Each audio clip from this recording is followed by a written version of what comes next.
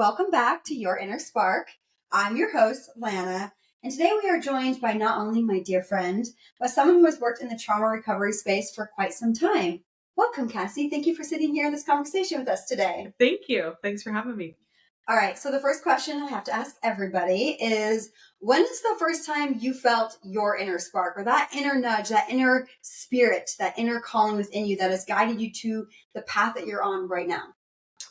You know, this is kind of a deep one for me. I mean, nothing isn't deep for me. Everything's deep. Everything's deep. We're diving in. So what comes to mind is when I was 13. Actually, it might have been 12 or 13. Don't know the age exactly. And I was going through a major bout of depression. Like, we're talking, like, I was wanting to run away from home. There was some stuff going on in the home that was causing me some distress. And so obviously when you're that, your hormones are kind of doing stuff. I was just dealing with a major depression, and some people don't know this, obviously, but I don't mind just sharing it. But I attempted suicide. And that was very,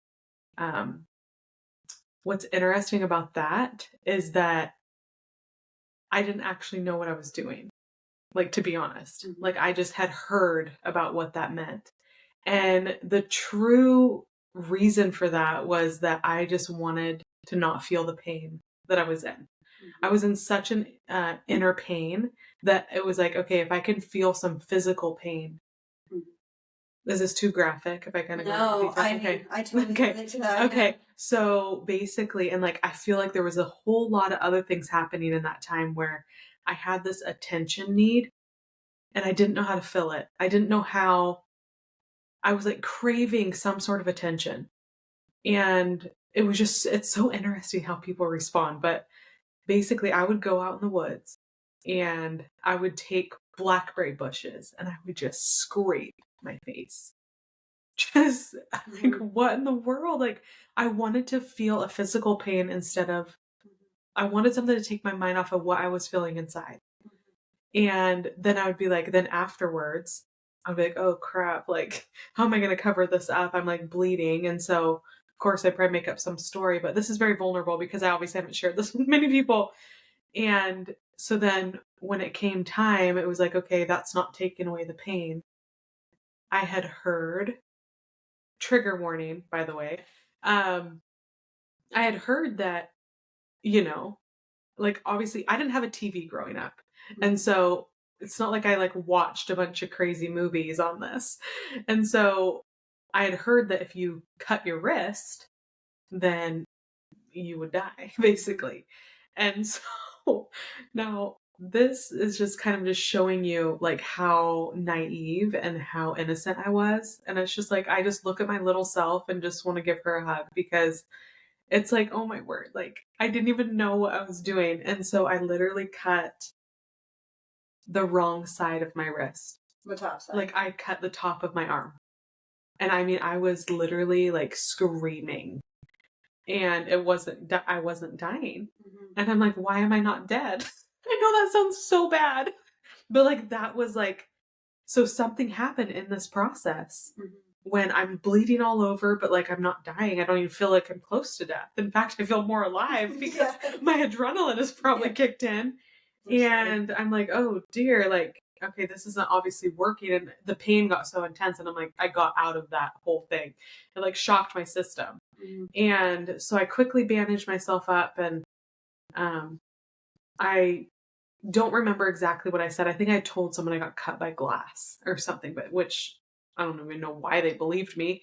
But I went up in my room, and this moment in time is where I feel like answering your question. I felt, and it's really hard to describe what I felt, but I was laying in my bed, kind of like processing what I had just done and like realizing the reality of that. Like, what if all of a sudden I wasn't here? Like, and I'm feeling the emotion of it, but like, how would that impact those around me? How would that, would they even care? Would they even miss me? Right? Like, all these things coming in. And I remember feeling this, it was like this innate knowing within me, like, you're not done. and like wake up. Like it was like this intense, like inside of me. Mm-hmm. It was like coming from within. And I guess maybe someone would say that's the Holy Spirit. Someone would say that's, you call it the inner spark, whatever. Like it was like this intense feeling inside of me, like, get up, brush yourself off. You're not done. And it was like, whoa. So anyway, I know that that's really intense and it's really hard to put that into words, like what I truly felt in that moment. But that was really where it all started, I think. Yeah. Well, thank you for being vulnerable and sharing that with us. I think for most of us, when we felt that inner tug or whatever it is for the first time, it is an intense situation. It usually is coming to you because it's really having to guide you down a very particular path or correct your course or whatever that looks Right. like. It usually isn't just you chilling on a random day and then you hear a tug, you hear a voice within you or you hear a tugging. Most of us that have really felt that connection to our inner voice have gone through a lot of dark, very messy stuff. So, I think that's a beautiful story. Not that you were feeling such a way, but that after that you felt that connection and the understanding of you aren't done, because you are not done. You aren't done right now. And one of the reasons why I wanted to have you on my podcast today is, for those of you that don't know, Cassie and I were raised in the same religion growing up, but our lives they didn't overlap at all. So the only interaction I really had with Cassie in my younger years was she used to be a photographer, maybe you still are, and she took some photos of my family and I think I was 14. I don't know. I was very young and very lost. I remember that. Okay. We still have the photos though. I think it's the second time. It's the first time in history we have our family documented. And we've always stayed connected over social media, but not even connected in the way where we would message back and forth. It was just we were friends on Facebook or whatever and Right. on Instagram. And a few months back, you guys know, I've been going through some major, major life changes. And I really just started connecting with different people. And we had somehow, I don't know, a message about some commonality. And I was like, hey, do you want to get together and go on a walk? I think I was encouraging you about your journey. I was like, oh yeah, okay, probably. And thank you for that. Yeah. And we got together, we went on a walk and we had dinner, and it was like this, I felt like intense connection with each other at such a deep level. Right. And I realized in that moment, one, I have so many things to learn from you. I felt like I walked away, obviously having a friend, but almost like a mentor, And hearing your story, I didn't even know your background when it came to your past of working with different trauma survivors, your education, your training. I didn't even know you had all of that in your wheelhouse. I just knew I think I've always known you are a powerful force. So I'm really excited to have you here today and just kind of share bits and pieces of tools that you've used in the past when you've worked with clients, but more than anything for people just to hear your story and to hear this connection that we have. Because I think when you really get on your path and you find your purpose, you start experiencing these deep connections with other people, and it's really life-changing. So for everybody listening, let's hear about your background. And it can be personal, what led you to, wanting to go through the training that you have, and then now where you're at now and like what your current purpose is. Like explain it in whatever order feels comfortable to you and how you want to share it. So there's so much to unpack here, but I'll try to do some bullet points. So leading me up to, I guess when I started my path of emotional healing, I basically, after that happened when I was 13, and I felt like the God or whoever was saying inside of me, like, you're not done here. I kind of went through, I kind of knew that, like, I got to quit this. And so I still was kind of lost. Like I grew up in a home that there was a lot of addiction. My father, I'm just going to be completely honest, was an addict. And there was a lot of dysfunction, we put the fun in dysfunction. And so with that, there wasn't a whole lot of order. There wasn't a whole lot of, we were just kind of surviving. Right. And so as growing up, it was definitely survival mode. And I was kind of in a mother role. Like my mom worked a lot and I would take care of my brothers. And so I kind of self-taught a lot of my coping mechanisms, if you will, we're very self-taught. I just figured it out, right? Like if you have to figure something out, you're going to figure it out. And I actually had a lot of downfalls and a lot of emotional trauma myself. I've had a lot of sexual abuse in my life and different things that have happened to me, trauma related, that basically really messed me up a little bit. Like it just really kind of just confused me about life. I lost sight of who I am. I didn't know, like my identity was very wrapped up in the way others see me and not in the way that I am, right? And so basically living for other people. And, you know, I still was able to have fun and be myself, if you will. Like there was still a part of me that was real. And I was like, you know, people seemed to be drawn to me still. Like I still was able to live a functional life.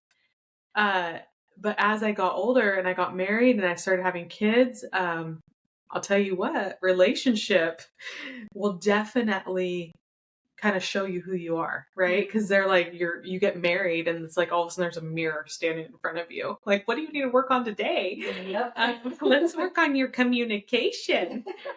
So yeah, had some rough patches. And yeah, I don't know if I want to go into a whole lot with that, but basically, I thought the way that I was living was, you don't know till you know. But I thought that I was like, okay, I'm literally surviving. I didn't even know what was above survival. Yeah. I had no idea. I lived in fight or flight mode. If y'all don't know what that is, look it up, for a very long time. They know because I never shut up about it. Okay. So I was in fight or flight for many, many, many, many years. That was the state of being. That was how I lived. And I fell into some addictions, addictive patterns. That's the way I was raised. That's what I saw. That's how you cope when things get hard. And I ended up going to jail. And I feel like that pivotal point was literally the start that skyrocketed me into my healing. While I was in jail, it was like I knew that I was going to go. It was so weird. Like I knew I was going to go there somehow, subconsciously. It was like, this is literally a part of my journey for some reason. Yeah. And in that jail cell, I hit rock bottom. And anyone that knows anything about addiction or anything like that knows that they got to hit rock bottom before they can go up. Otherwise that, will always be daunting. Like you'll always be wanting to go back to that tendency. And so basically while I was in there, I'm trying not to, this is not bullet points. This is like the full-on deal. I don't know if I have ever been a bullet point type person, so I think we're good. I don't think they're expecting that on my podcast. I'm like, okay, this bullet point turned into a story. Okay. Yeah. Welcome to my life. So basically this jail was very life-changing for me. This is when I started to experience things on a spiritual level. Is it okay to go there for a minute? Oh, absolutely. Okay. Yeah, because that's how we've connected. Right. So, like this concept of God, the man in the clouds, right? It's kind of the way that I thought as a kid that's who God was. Like, oh, this guy in the clouds that looks down and like is just super limited, super in a box, right? Well, while I was in jail and I was on that jail floor, I was so at rock bottom. I had nowhere to go. Like, it was like, there's nowhere to go. Like, you're literally, there isn't. And I cried out. I cried out to God. And I said, something along the lines of, I believe that you're real. And I feel like I was just so shook. I was like shaken. I was like, it's not that I was doubting. It was just that I need help. I know that I wasn't put here on this earth to live this life that I'm living right now. There has to be more. And I was just like crying and pleading. And I felt on that jail floor, this resonance within me and this presence, which I want to believe was my creator, that came around me, surrounded me with this energetic hug. And it was like this feeling of like pure safety. Like I knew in that moment that it didn't matter if that entire building collapsed that I was in, that I was safe. And I felt so, so loved and forgiven and just like comforted all at once, and the mercy and just like, it's okay, I got you. I got you. It was like that type of feeling. So that was definitely the pivotal point that led me to stepping into kind of diving in deep. And after coming away from there, after I got out of jail, I'm going to fast forward a little bit here. Um, I was so on fire. Like my soul was on fire and I just wanted to know God. I wanted to know, like, wow, what was that? What did I just experience? Like there has to be more, like, and I was like hungry. I was hungry for it. And so I just started like, and I never read a book. I never watched any sort of videos. In fact, I completely stopped all input to my brain. Like it was so weird. It was like I just knew that I needed to go through a process of cleansing. And so this is really where the rubber met the road for me. Was I went through a major detox, mentally, physically, spiritually, everything. Like I got rid of all the junk in my life. Food. I really took a look at my food. I got rid of like chemicals. I got rid of just anything that wasn't super clean. I kind of did away with it. I was really careful with what I let into my ears. I know this is kind of extreme, you guys, but it was a very extreme thing for me where it was like I needed to clean everything up. I needed to quiet all the noise. Yeah. And I needed to be outside.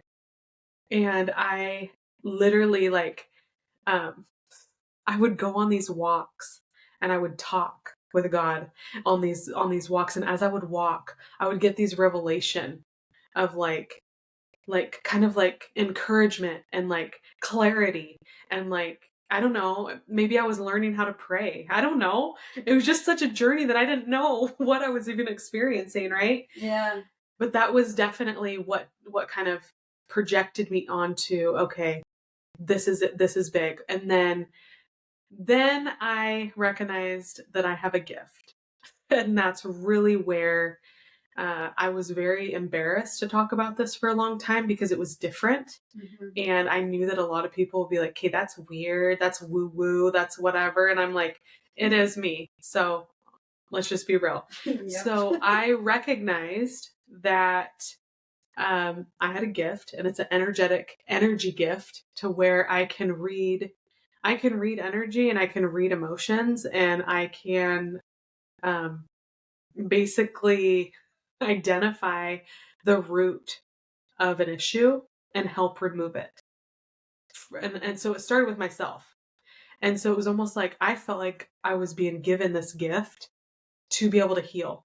And so I literally I would heal and heal and heal and heal. And I was just healing for days on end. That's all I would do. I was just in this healing space. And after I did it for like, a year, I started doing it to my kids, to my family. Like I started like helping other people. And then I was like, okay, wow, am I supposed to do something with this? Like, this is pretty intense.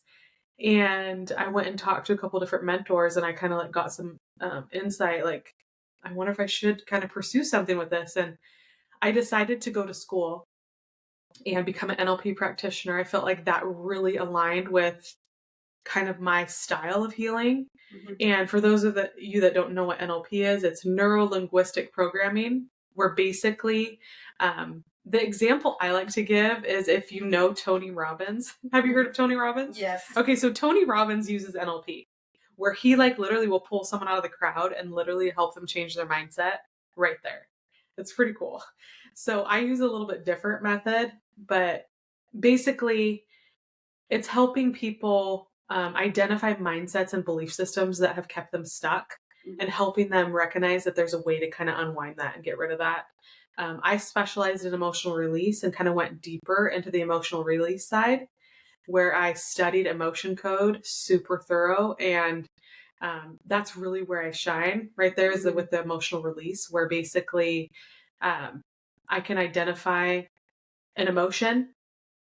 Okay, so I can identify the emotion and figure out where that emotion rooted in, what age it rooted in, and I can start in utero, like starting in utero all the way up to present time.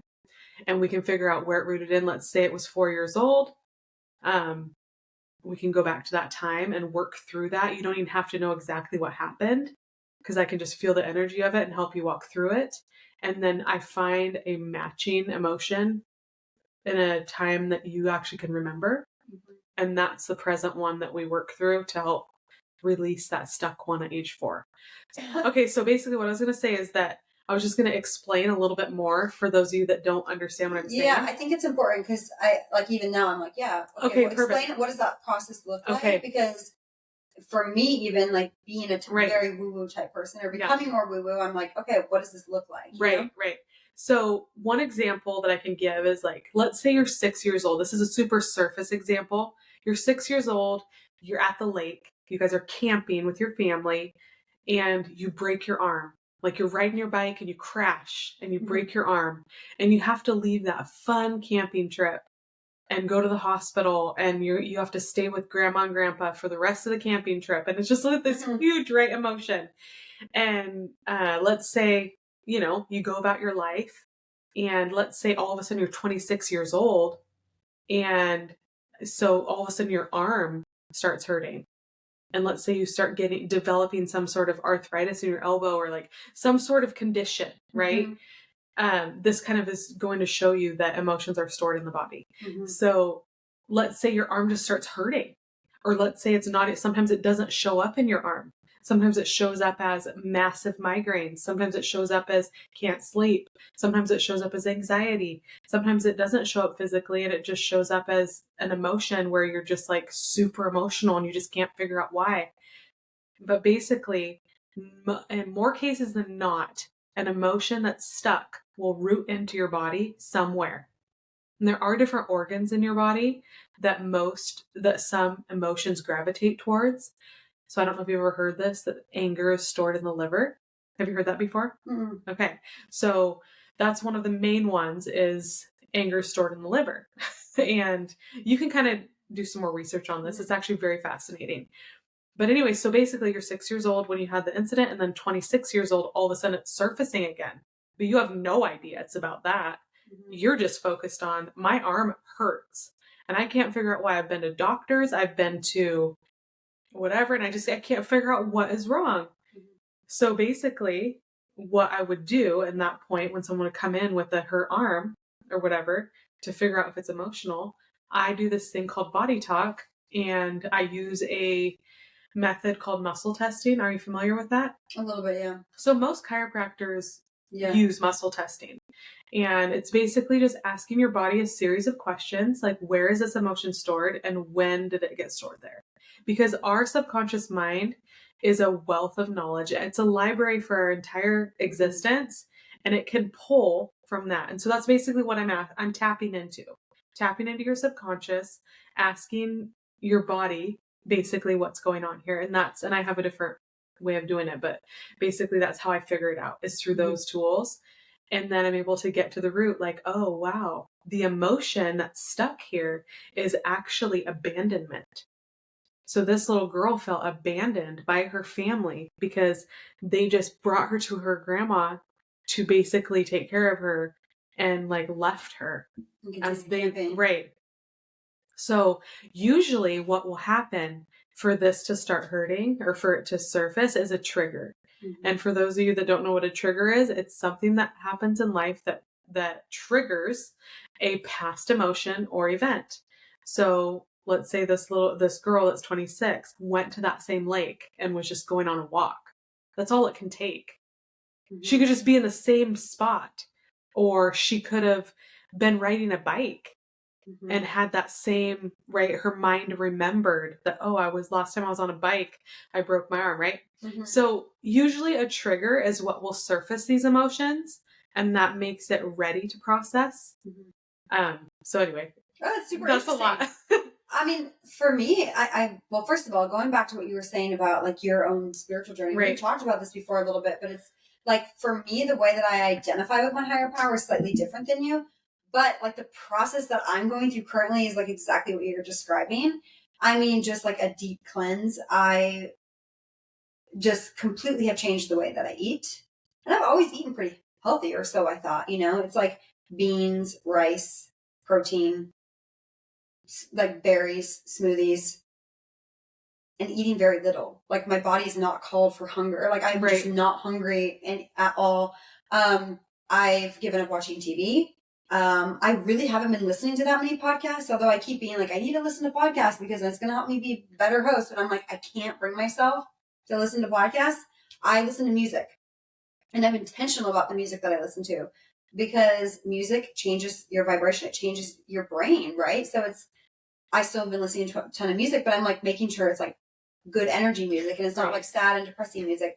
And just like, I feel like I'm going through that exact process right now. Just, we talked about this before, but like I will lay in just like my brain I can lay for a day and it for me, like when you say, you go on walks and you basically talk to God, I'm like, for me, yeah, you guys know how much I've been walking.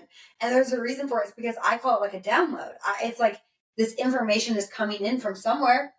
I don't know where it's coming in from, but it's helping me navigate whatever it is, this journey that I'm on, And, yeah, so I just feel like maybe that's why we've connected so deeply, because I feel like I'm much farther behind you in my timeline. Well, I mean, just because you've experienced this, years ago, so you're much more wise when it comes to this. Where I'm like, I don't know what's happening, and it is really hard to talk about, and I really don't talk about it very often because I don't want to lose credibility. It is so woo-woo, but this whole transformation that's taking place in my life currently is because of the exact thing that you described. So I love that we can talk about that, because it's another thing. The whole purpose of this podcast is to normalize this human experience, right? And for me, there's been this big component of my journey that I haven't really talked about very much, which is like this spiritual awakening that I've been experiencing. And I think I shy away from talking about it because I feel like people are going to think I'm crazy. Oh, they will. People are going to think I'm crazy when I'm like, you know what I mean? Like when we connected. So just a little bit of backstory. When Cassie and I had connected for that first time, she was telling me her story, and I was like, okay, I feel safe enough to tell her what I've actually been experiencing. And even you just giving me insight, I'm like, okay, you can set boundaries around like the information that's coming in and stuff like that. I'm like, okay, this is crazy. But so thank you for sharing that, because if I've experienced it and you've experienced it, then there's other people, and you know what I mean? So I'm glad that we're like having this conversation, so I can talk very openly about that. And then moving into the energy work. Yeah. I mean, I've always known, well, not always. I've known for a while that our emotions and our trauma is stored in our body. And a huge component of my journey has been getting into my body to be able to identify what I need to work through. Because for so much of my life, I would have been completely just out of touch with my body completely. So I want to pose a question.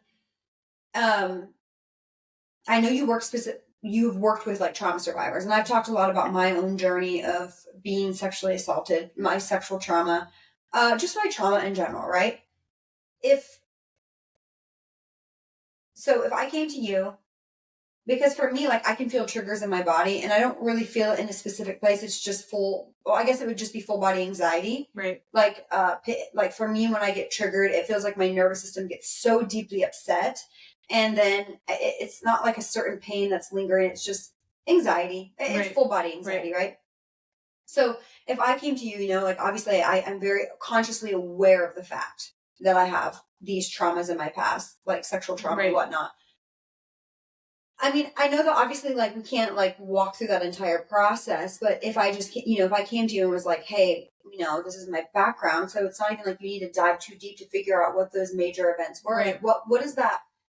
How would you help me work through that process? Or what are tools that I could use to help me manage? Well, I think okay, let me backtrack. I think first you have to identify what your triggers are, right? And then two, learning how to like self-soothe from it, right? But like how would you help me release some of that in my body? You know what I mean? If that makes any sense. Because absolutely. For some people, they might not know. And I know there's still some stuff about myself I'm uncovering, right? In parts of my past I'm still uncovering. Absolutely. I'm not saying I know everything about myself. But, I still know that I do know that there are major things that I haven't fully processed and are still sitting within my body, Yeah, absolutely. One tool came to mind, a book, to help kind of understand a little bit more about what I'm talking about emotions being stuck in the body. It's called The Body Keeps the Score. Have you heard that? I've read it. Okay. Yeah, I love that book. Okay. So that book kind of gives like a little bit of insight about this, right? It doesn't go as deep probably, but like it gives a little bit of insight on as to what we're talking about. So if you guys want to read that book, read it. It's good. So what you're saying is, like, without going into an entire session, basically every situation's different. But I've worked with a lot of people with this type of trauma, especially sexual, and I have noticed a pattern that a lot of sexual abuse survivors have experienced great identity issues, insecurities, I'm just like, check. massive anxiety.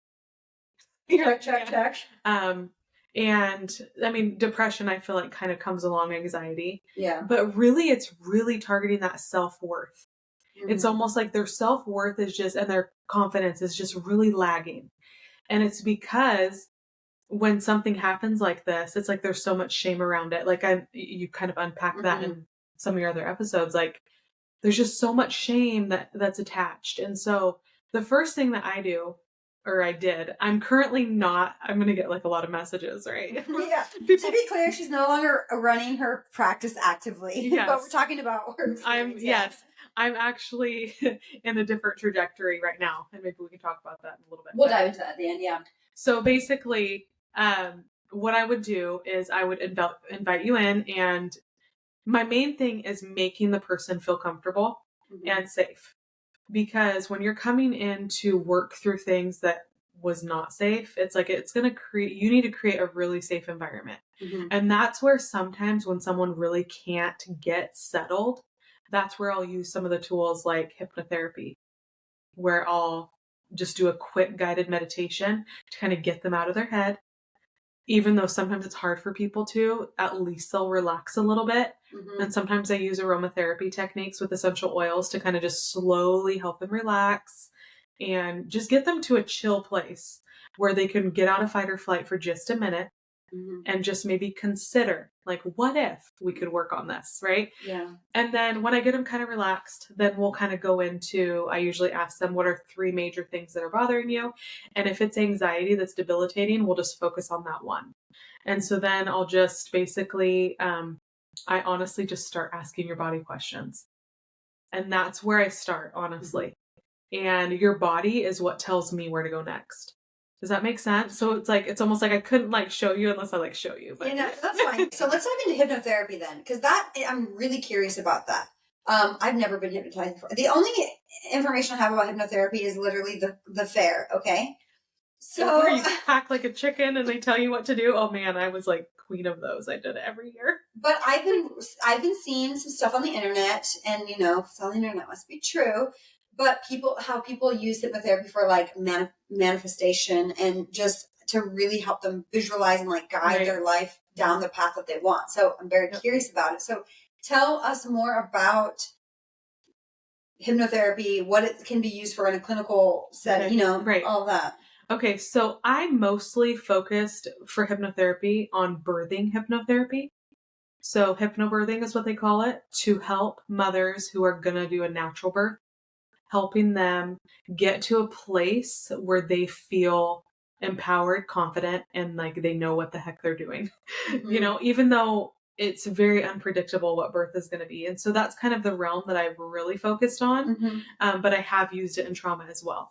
So I actually made my own hypnosis recordings for my own births, and I hypnotized myself.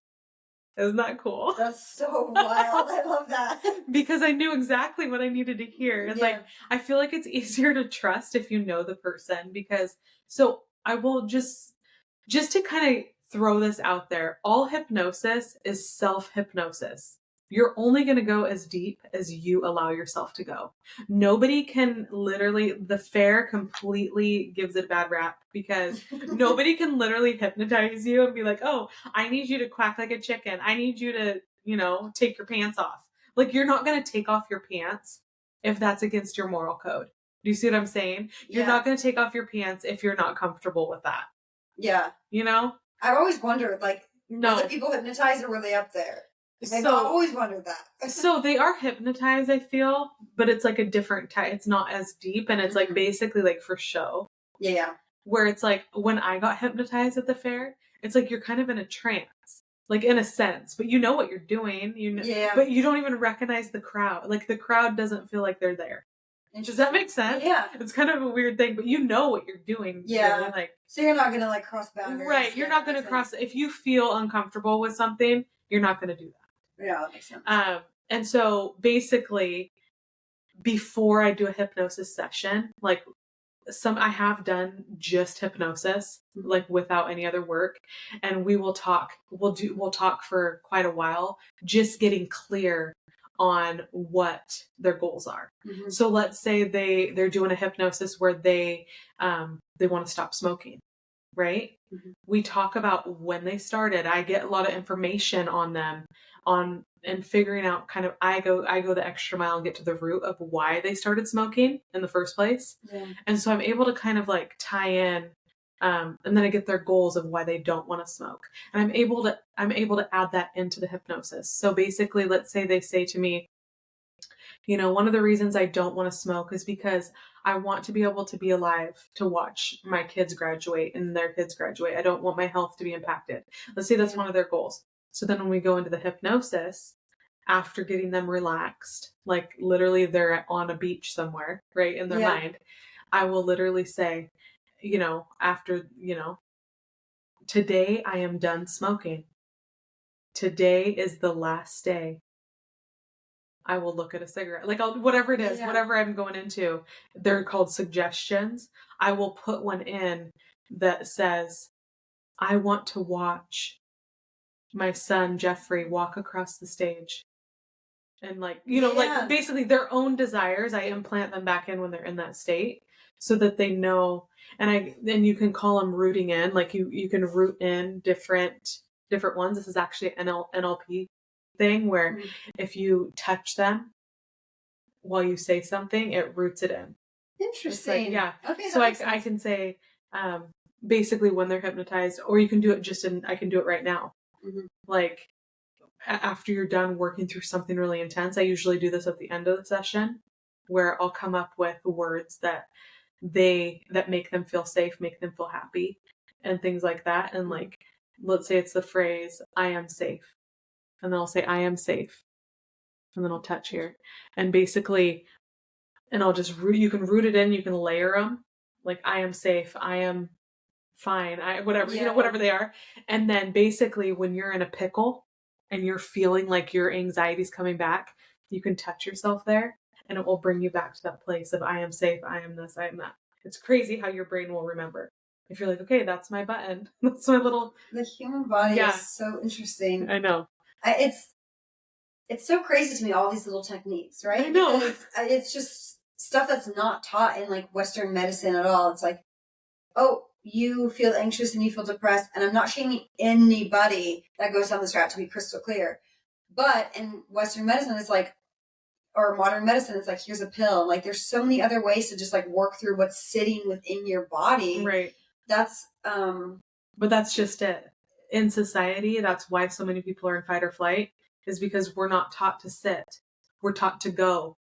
Oh yeah, that's something I'm really sitting with lately. Yeah. That's something I've really been, I have been having to learn how to sit, rest, relax. Yeah. And it is so true. We live in a society, and like, think of even, I think they say like we make more decisions in a day than our grandparents made, like in, I don't know, X amount of years. I don't know the exact statistic, but because of our phones and all of the information we're flooded with and everything like that.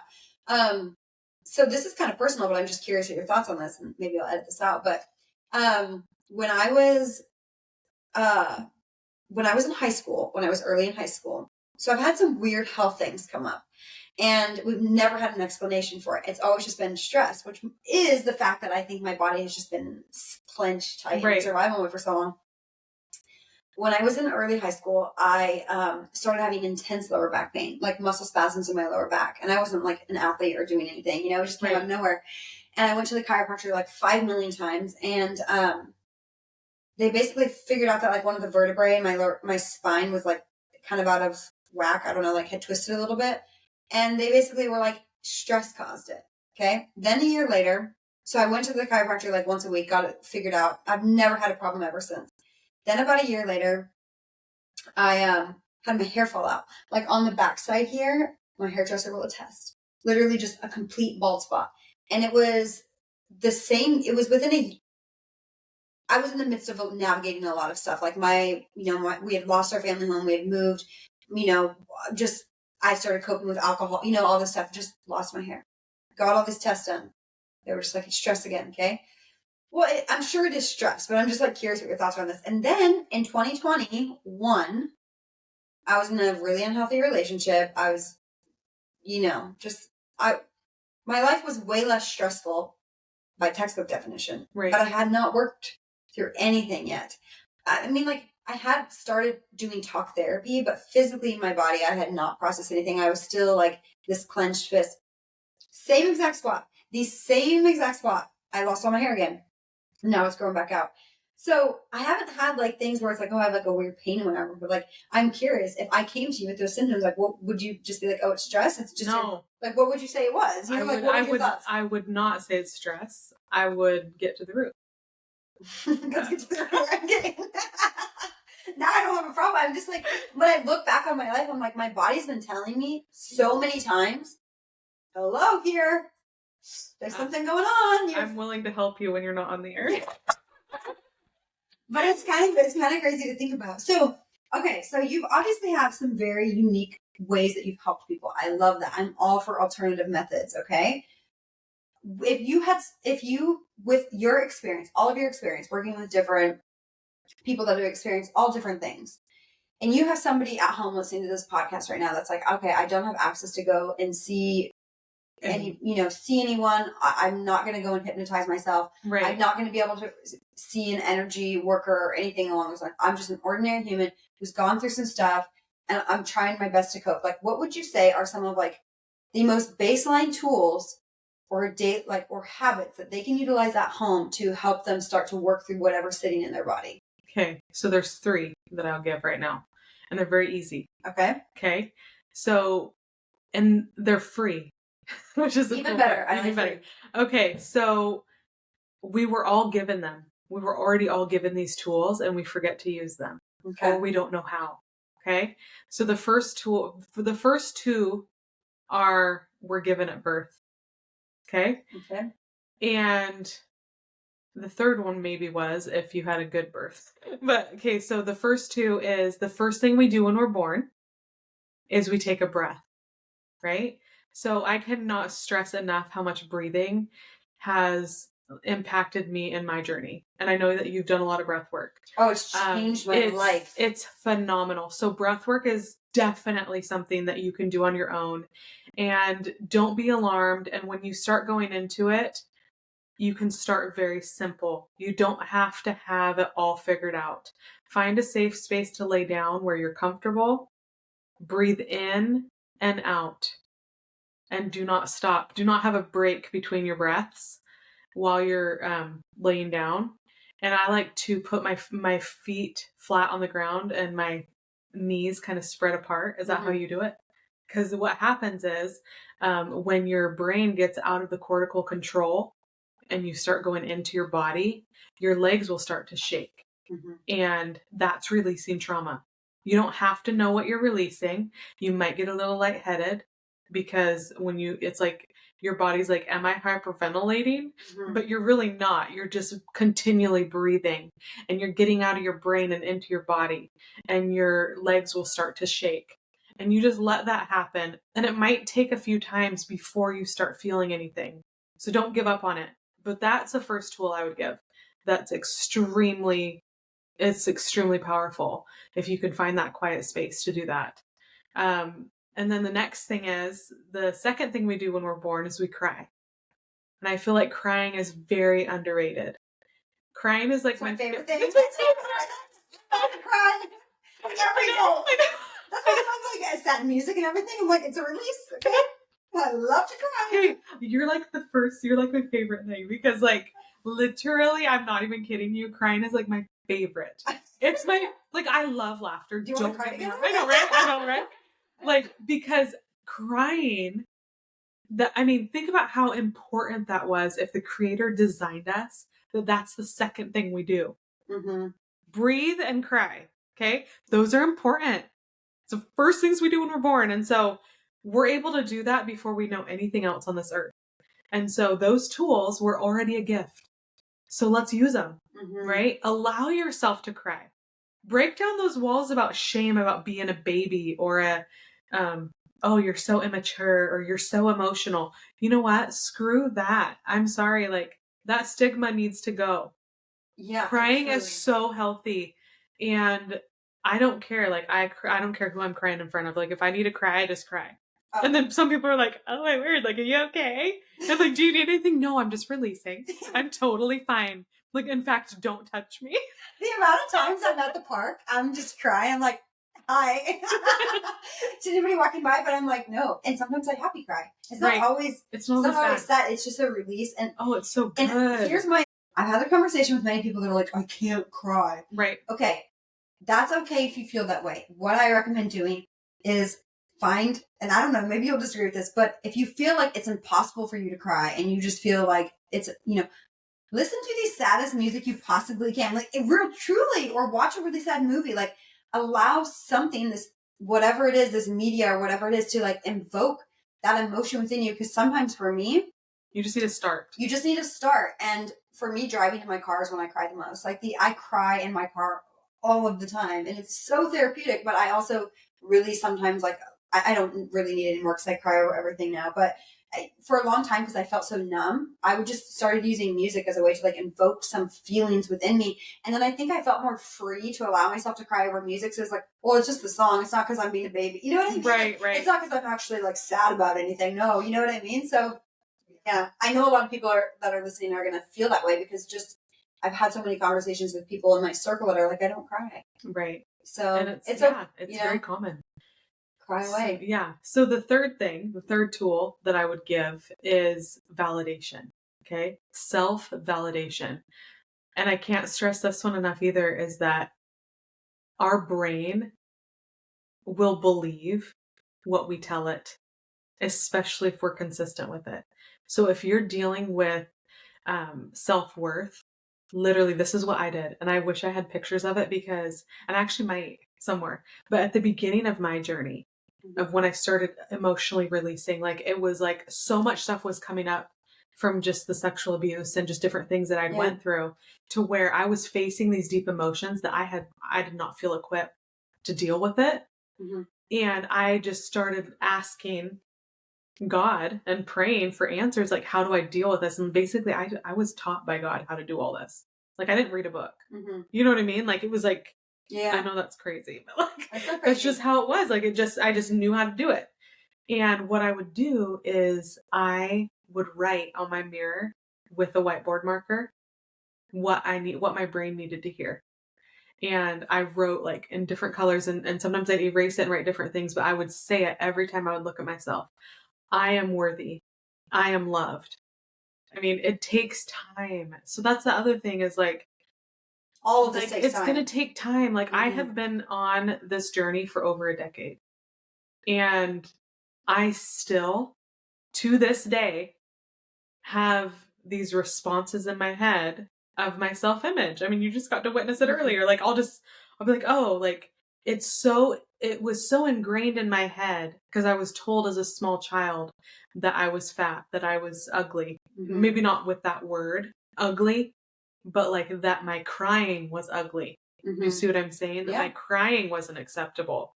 And crying is a very core piece of me that, I mean, that I actually think is beautiful. So whatever. Like, do you know, like, so when you have those tape recorders inside your head, which a lot of people do, everyone does, we have to be muting those. We have to be consciously muting that tape recorder and saying, you know what, not today.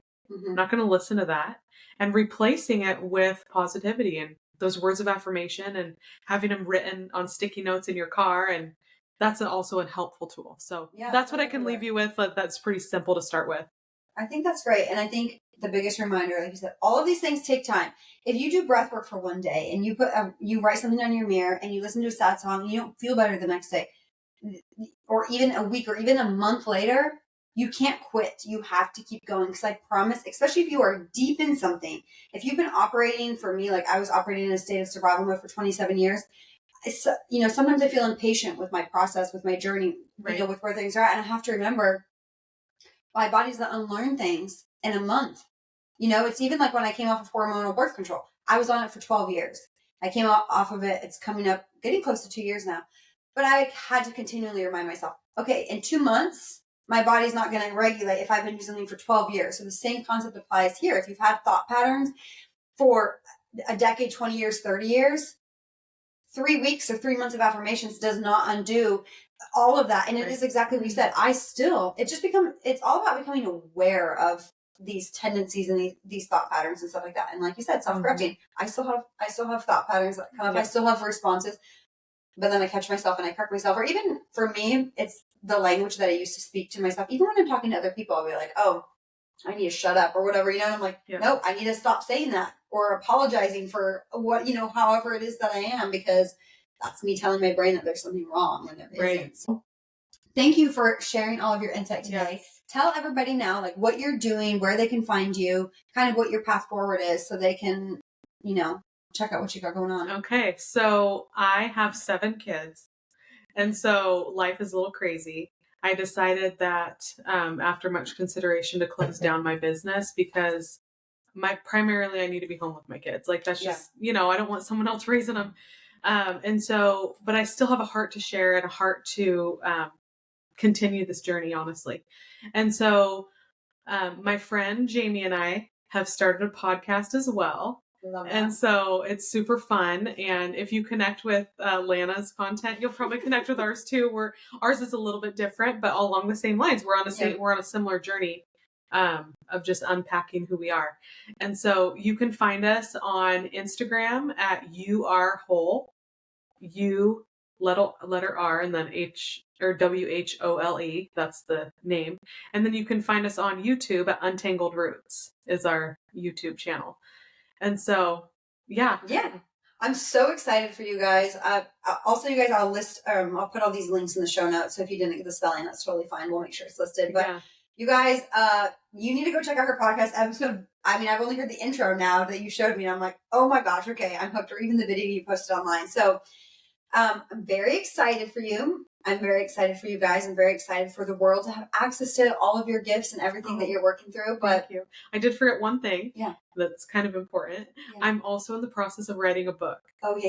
And it's a memoir of my life and just little nuggets and takeaways. And so, if you want to know more about my book and when it's released, you can follow me on that same Instagram and I'll announce it there. Probably not going to come out till next year sometime, but it's kind of exciting. I feel like if I say it publicly, then it kind of motivates me to get it done. The book is going to happen. All right. Well, thank you so much for sitting with us today, Cassie. Thank you so much. Stop this.